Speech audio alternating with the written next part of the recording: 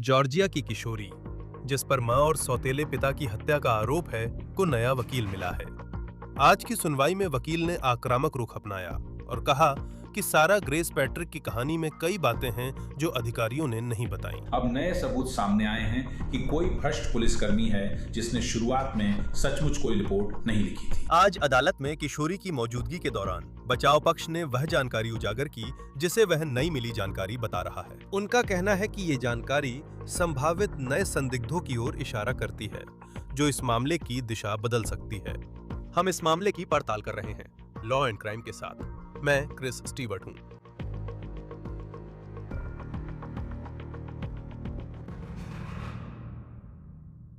सारा grace Patrick लगभग 1 साल से जेल में है। उसे जुलाई 2025 में अपनी मां और सौतेले पिता की हत्या के आरोप में गिरफ्तार किया गया था। आज पैट्रिक फिर कोर्ट रूम में थी, कैरोल्टन, जॉर्जिया में, जो अटलांटा से 1 घंटे दूर है। हमने उसे नए डिफेंस अटॉर्नी शॉन हूवर से बात करते और मुस्कुराते देखा। उन्होंने लाटोया विलियम्स की जगह ली है। वो अब जॉर्जिया पब्लिक डिफेंडर ऑफिस में नहीं है और अब सारा ग्रेस पैट्रिक का बचाव नहीं कर रही हैं। अब हूवर का कहना है कि अभी-अभी कुछ नई जानकारी आई है।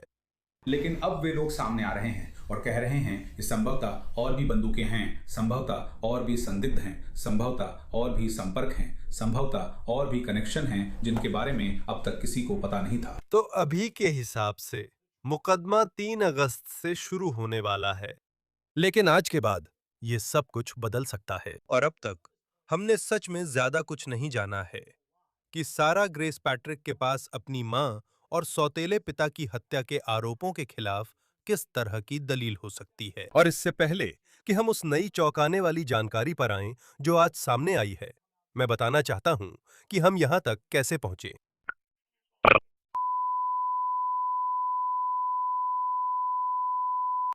off of Willie Walker Road, Rosmerstow cardiac arrest. 20 फरवरी 2025 को 911 के आपातकालीन डिस्पैचरों के पास एक कॉल आती है। ये कार्डियक अरेस्ट के लिए कॉल है। कार्डियक अरेस्ट के संदर्भ में दावा किया गया है कि मां और सौतेले पिता छूने पर ठंडे हैं। लगता है कि अब सीपीआर का कोई फायदा नहीं होगा। आसपास कुछ संदिग्ध नहीं है। कानून प्रवर्तन रास्ते में है।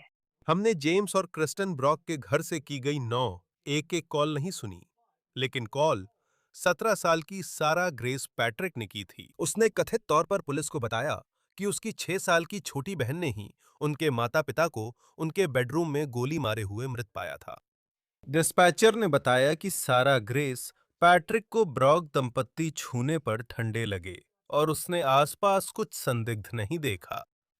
हमने पिछले साल सारा ग्रेस पैट्रिक की गिरफ्तारी के बाद से इस मामले को विस्तार से कवर किया है। तो हमारी पिछली कवरेज और इस कहानी के कुछ महत्वपूर्ण लोगों के साथ हमारे इंटरव्यू देखने के लिए आप सारा ग्रेस पैट्रिक केस फाइल पर जा सकते हैं, जो law and crime plus app पर उपलब्ध है। तो चलिए उस दिन पर वापस चलते हैं, 20 फरवरी। वहां कैरल काउंटी शेरिफ कार्यालय के डिप्टी हैं। वे वहां पहुंचते हैं और देखते हैं कि ब्रॉक्स अपने बिस्तर पर गोली मारे हुए पाए गए हैं।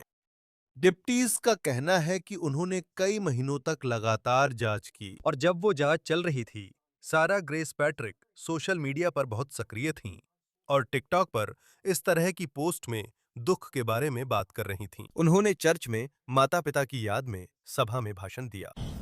मैं माँ और जेम्स को अलविदा कहना चाहती थी क्योंकि अब तक मौका नहीं मिला। अब वह भाषण जांचकर्ताओं और पैट्रिक परिवार के लिए बहस का विषय रहा है, खासकर उन लोगों के लिए जो सारा ग्रेस के साथ खड़े रहे हैं। कभी भी किसी को या किसी चीज़ को हल्के में ना लो। वे दिल से प्यार करते हैं, उन्हें प्यार करने दो। और आखिर में मेरा नजरिया है कि लोगों को कभी भी हल्के में नहीं लेना चाहिए। मैं अपने परिवार का धन्यवाद करना चाहती हूँ, जिन्हें मैं अपना कैटरपिलर भी कहती हूँ। अपने दादा दादी, अपने भाई बहनों का, जिन्होंने मुझे मेरे सबसे बुरे समय से बाहर निकलने में मदद की।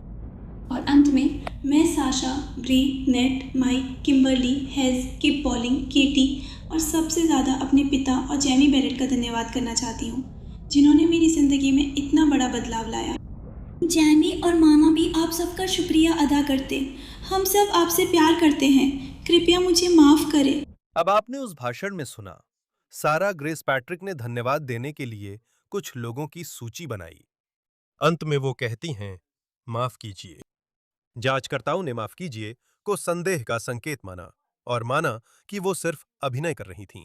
इस मामले में महीनों तक कोई गिरफ्तारी नहीं हुई थी, जब तक कैरल काउंटी के अधिकारियों ने पिछले जुलाई में प्रेस कॉन्फ्रेंस नहीं बुलाई। आज हम पुष्टि करते हैं कि इस मामले में गिरफ्तारी हुई है। क्रिस्टन ब्रॉक की 17 साल की बेटी सारा ग्रेस पैट्रिक को हिरासत में लिया गया है और उस पर 2 हत्या और 2 गंभीर हमले के आरोप लगाए गए हैं। अधिकारियों ने कहा कि उनके पास सबूतों का पहाड़ है जो ये साबित करता है कि सारा ग्रेस पैट्रिक ने अपनी मां और सौतेले पिता की हत्या की। लेकिन आज तक हमें सच में नहीं पता कि वो सबूतों का पहाड़ किस चीज से बना है। अगर वे कहते हैं कि उनके पास सबूतों का पहाड़ है, तो वो फोल्डर तो काफी पतला था।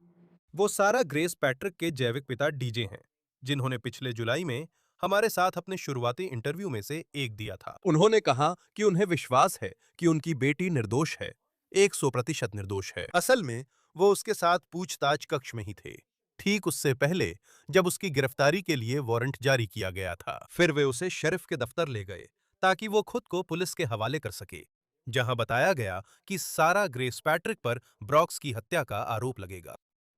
अब सारा के पक्ष में उसके दादा भी हैं, जिनका नाम डेनिस नोलन है। वो क्रिस्टन ब्रॉक के पिता हैं। तो उन्होंने इस मामले में बेटी खो दी। मेरा मतलब है, सच कहें तो उन्हें उसे गिरफ्तार करने में 4 महीने लग गए। आप जानते हैं, समय में देरी हुई। अगर उनके पास कोई ठोस सबूत होता तो शुरुआती जांच में सामने आता तो उसे तुरंत गिरफ्तार कर लेते। लेकिन यह परिवार की स्थिति को समझना जरूरी है। सभी परिवार के सदस्य सारा के पक्ष में नहीं हैं। मैंने क्रिस्टन डाउडा से बात की। उसकी मां जेम्स ब्रॉक की बहन है, तो वह उसका चाचा था। क्रिस्टन ने सार्वजनिक रूप से कहा कि उसके चाचा सारा ग्रेस पैट्रिक के बारे में अलग सोचते थे। उन्होंने बार बार कहा कि वो सैरा नहीं है जिसे आप जानते हैं। असली सैरा को आप नहीं देखते। यह क्रिस्टन की मां किम्बरली बोलिंग हैं, जिन्होंने पिछले अगस्त एक जमानत सुनवाई में गवाही दी थी। आरोपी पर मेरे भाई की बेरहमी से हत्या करने का आरोप है और भाभी की भी, जब वे दोनों अपने बिस्तर पर लेटे हुए थे।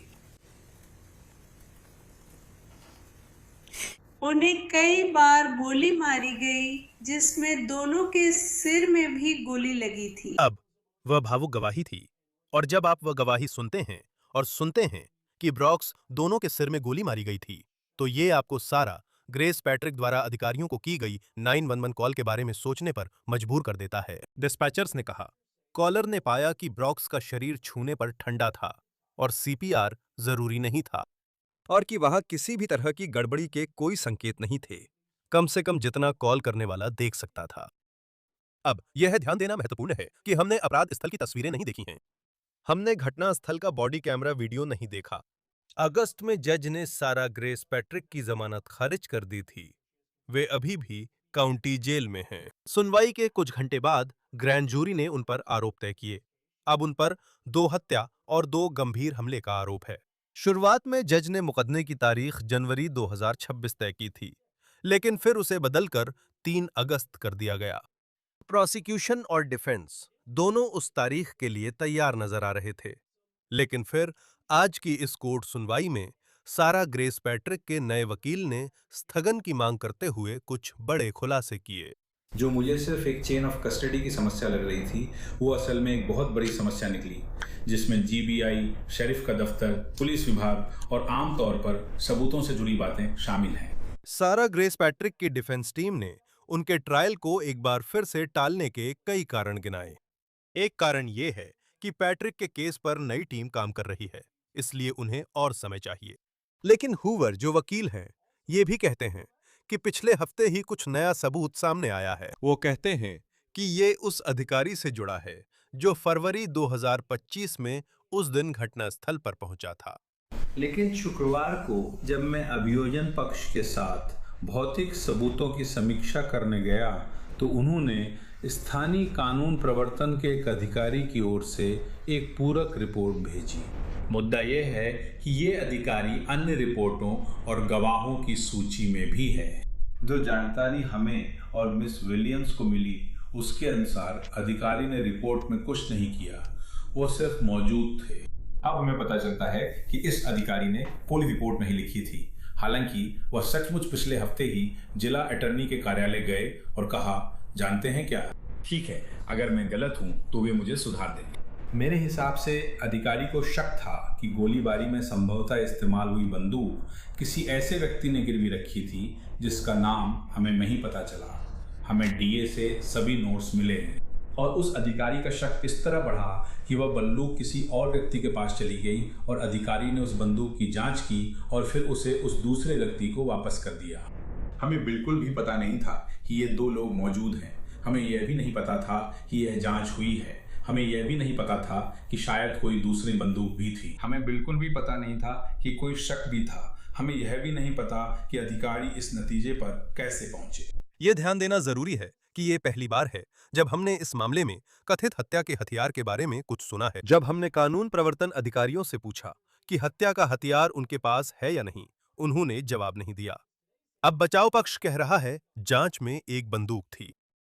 उनका कहना है कि एक हथियार जो संभवतः गोलीबारी में इस्तेमाल हुआ था, जिसे एक अधिकारी ने सोचा था कि शायद गिरवी रखा गया था। और ऐसे अन्य लोग भी हैं जो संभवतः उस हथियार के संपर्क में आए थे, जिनके बारे में पैट्रिक की पिछली रक्षा टीम को कुछ भी पता नहीं था। रक्षा पक्ष ने यह भी आरोप लगाया कि अभियोजकों को इसकी जानकारी नहीं थी। अब हम ऐसी स्थिति में हैं जहां सच कहूं तो मुझे नहीं पता, क्या यह केवल एक मनमाना अधिकारी था जिसने वो सच में वही करता था जो चाहता था और कभी रिपोर्ट नहीं करता था, या इसमें और भी कुछ था। अब मुझे उन आशंकाओं की आगे जांच करनी है और जानना है कि वह इस नतीजे पर कैसे पहुंचा। साथ ही उन दो लोगों के बारे में भी पता लगाना है। क्या ये 2 से ज्यादा लोग थे जिनके बारे में मुझे शुक्रवार दोपहर तक पता नहीं था?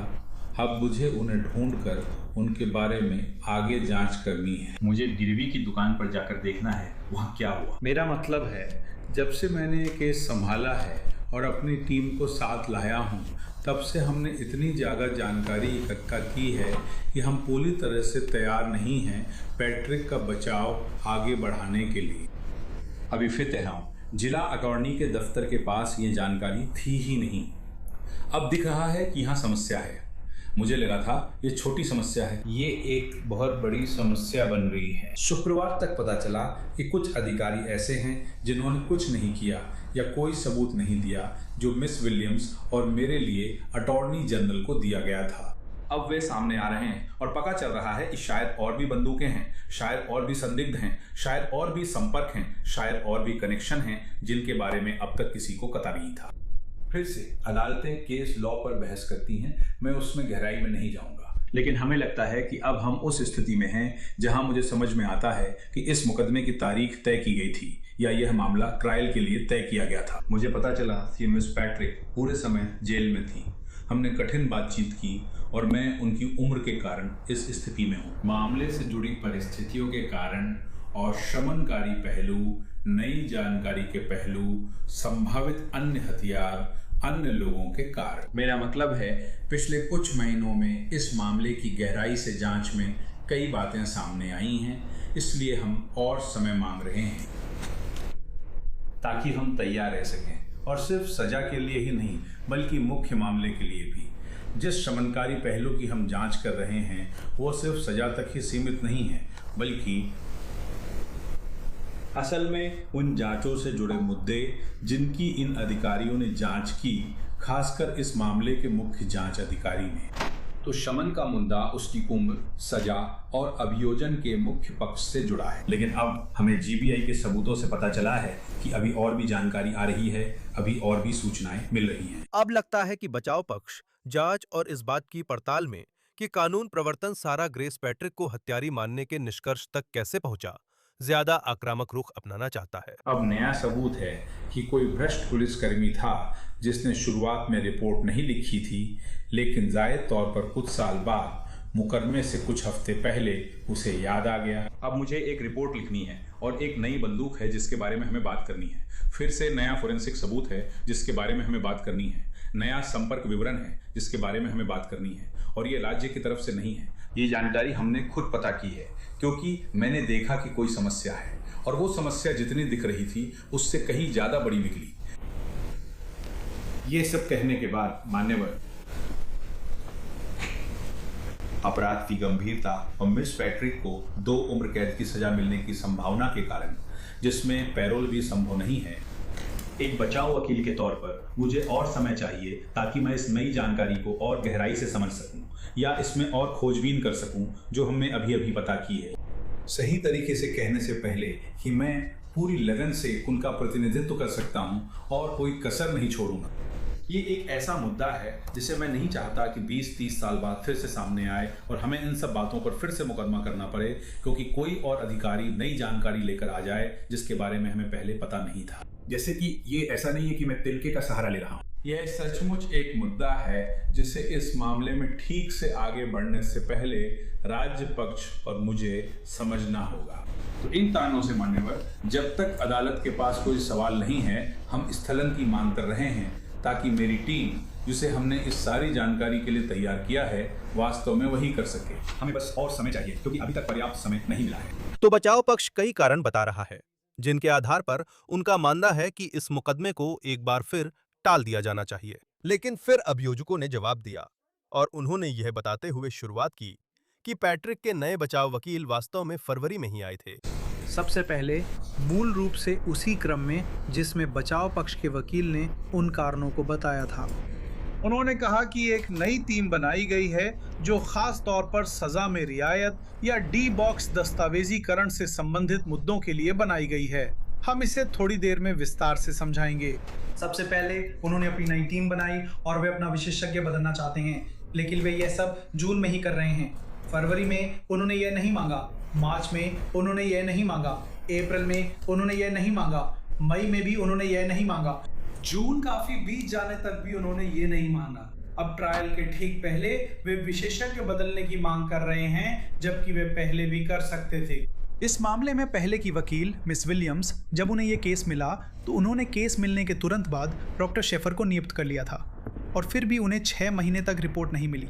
ये डिफेंस वकील की कोशिश की कमी की वजह से नहीं था, बस डॉक्टर शेफर ने रिपोर्ट नहीं दी थी। मैं समझ सकता हूं कि वे अपना विशेषज्ञ क्यों बदलना चाहते हैं। अगर वे ऐसा करना चाहते हैं तो उनके पास ऐसा करने के लिए 6 महीने थे। मेरी गिनती के अनुसार उनके पास अभी भी 21 दिन है।